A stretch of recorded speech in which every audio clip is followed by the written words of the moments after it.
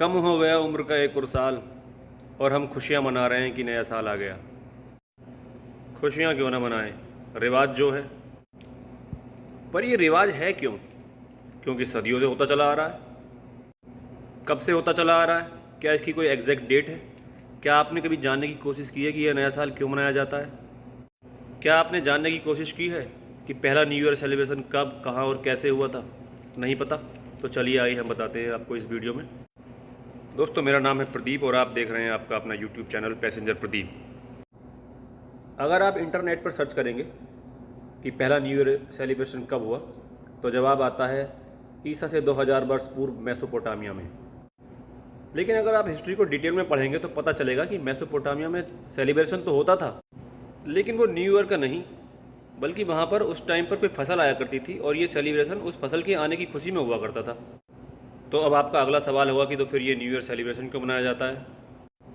बात है ईसा से 700 साल पहले की, जब रोम में पैगन कबीले का राजा किंग नोवा हुआ करता था। उस टाइम रोमन कैलेंडर में या ग्रेगरी कैलेंडर में 10 महीने हुआ करते थे और साल में 304 दिन हुआ करते थे। उस टाइम पर साल का जो पहला महीना हुआ करता था वो मार्च होता था, तो साल उस टाइम मार्च महीने से स्टार्ट हुआ करता था। फिर हुआ यूँ कि राजा नोवा ने जेन्युरियस और फेब्रुएरियस नाम से 2 महीने ऐड कर दिए। अब ये जेन्युरियस क्या है?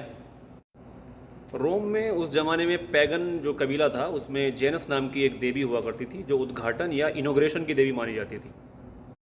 अच्छा, जो रोम के कबीले के जो लोग थे, जो पैगन कबीले के लोग थे, उनमें एक प्रथा चली आ रही थी कि वो कोई भी काम स्टार्ट करने से पहले जो उद्घाटन या इनोग्रेशन की देवी थी, क्योंकि जैसे हम लोग कोई भी काम स्टार्ट करते हैं तो एक इनोग्रेशन कराते हैं, तो वहाँ पे एक प्रथा पहले से ही चली आ रही थी कि इनोग्रेशन की जो देवी थी जेनस, तो कोई भी काम स्टार्ट करने से पहले उस जेनस देवी का या जेनस देवी की पूजा किया करते थे वो लोग। और सेलिब्रेशन के तौर पर वो लोग नाच गाकर देवी को खुश किया करते थे, क्योंकि रोमन लोगों को लगता था कि ऐसा करने से देवी खुश हो जाएगी और उनके काम में बरकत होगी। मतलब अब ज़रा यहीं पे ध्यान से समझिए, जेनस क्या है? उद्घाटन की देवी है।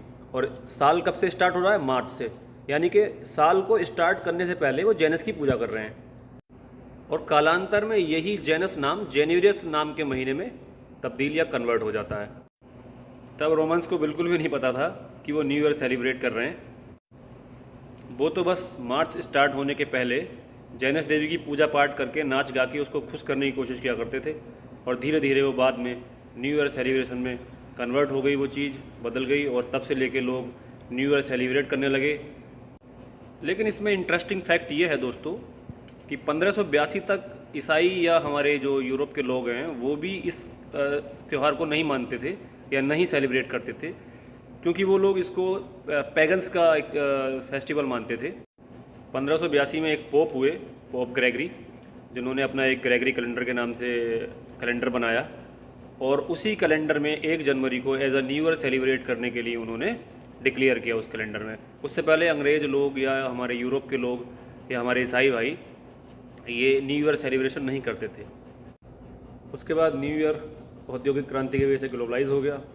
तो दोस्तों, ये है न्यू ईयर सेलिब्रेशन की पूरी कहानी। उम्मीद है आप लोगों को पसंद आई होगी।